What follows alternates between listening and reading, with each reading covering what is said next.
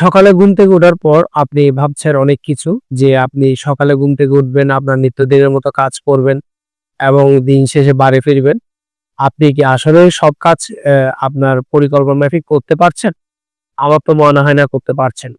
আপনি যদি ১০০ ভাগের মধ্যে যদি ৭০% করতে পারেন, আর ৩০% কিন্তু আপনি করতে পারছেন না।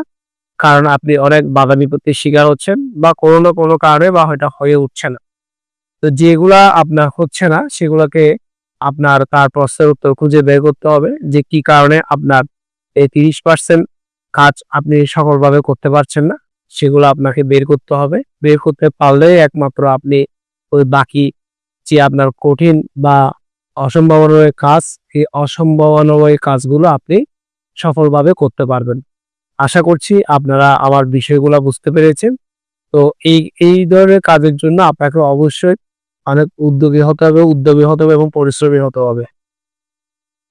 ভিডিওটি ভালো লাগলে চ্যানেল বা পেজটি সাবস্ক্রাইব বা ফলো করে সাথেই থাকুন। ধন্যবাদ।